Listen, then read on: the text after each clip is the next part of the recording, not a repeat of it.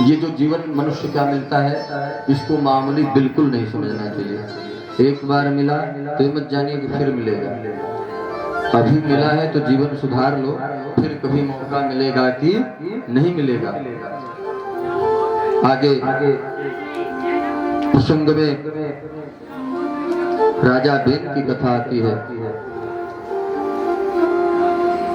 देखिए सत्संग की बहुत महिमा है।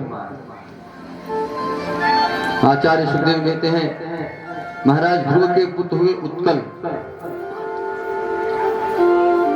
और उत्कल महाराज के वंश में हुए अंग और महाराज अंग के पुत्र हुए बेन।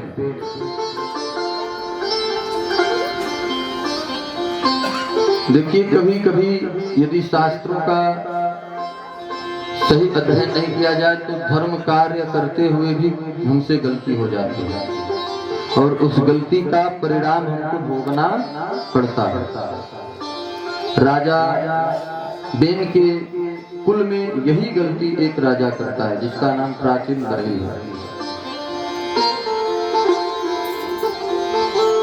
राजा बेन वेद के प्रति, गौ के प्रति, ब्राह्मण के प्रति उनके मन में विद्वेष उत्पन्न हो गया। वो व्यक्ति शीघ्र जो अच्छा देखिए जिसके मन में ये बात उत्पन्न हो जाती है उसका नष्ट होना सुनिश्चित है। जो ब्राह्मण की हत्या करना चाहता है, जो गौ की हत्या करना चाहता है, जो भगवान को नहीं मानता है उसको मरना सुनिश्चित है, वो नष्ट हो जाता है। महाराज बेन संतों ने समझाया, नहीं माना। संतों के श्राप से उनकी मृत्यु हो गई। महाराज बेन की और मंत्र की शक्ति से महाराज बेन के शरीर से परमात्मा को प्रकट किया ऋषियों ने, जिनका नाम पृथु महाराज है। पृथु महाराज की पत्नी अर्ची जो साक्षात महालक्ष्मी है। बोले पृथु भगवान की जय हो। आप जरा ध्यान दें, पृथु महाराज ने देखा कि सारी दुनिया में दुर्भिक्षण, सभी लोग केवल और केवल मांस भोजन कर रहे हैं, सभी और त्राही मची है। क्योंकि समस्त संसार में जब व्यक्ति का पाप करता है तो पापियों को पाप का परिणाम प्रकृति पर असर दिखाता है। महाराज पृथु के जो वंशज हैं बेन इतना पाप किए थे, इतने पाप की उस पाप का दंड समस्त प्रजा को मिला। दंड यही हुआ कि लोग पृथ्वी में अन्न तो बोए मगर अन्न निकलता नहीं था। यदि 1 किलो अन्न बोए तो उसमें से 500 ग्राम ही अन्न निकलता था। कभी ऐसा हो सकता है पृथ्वी में 1 केजी बो और वो 500 ग्राम देगी आपको? नहीं, हमेशा 2 गुना 4 गुना करके देती है धरती माता।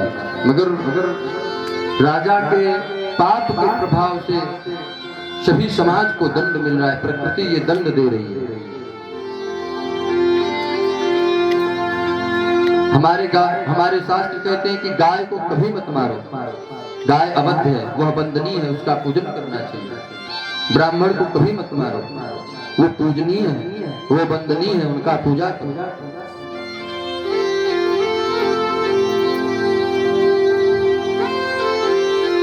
महाराज पृथु के मन में पिता बेन के पाप कर्म का इतना असर हुआ, उनको बड़ा क्रोध आया। पृथ्वी को मारने के लिए दौड़े। जब पृथ्वी मारने के लिए दौड़े तो पृथ्वी ने गौ का रूप धारण कर लिया। आज सारी प्रजा दुखी है। उसका मूल कारण है कि लोग कर्म नहीं करते। कर्म करेंगे तब न फल मिलेगा। गीता में भगवान कहते हैं कि कर्मण्येवाधिकारस्ते मा फलेषु कदाचन। कर्म करोगे तभी फल मिलेगा। आज जनमानस में अंतर्मन एक आम प्रश्न बन गया है, लेकिन ये बात बिल्कुल स्पष्ट है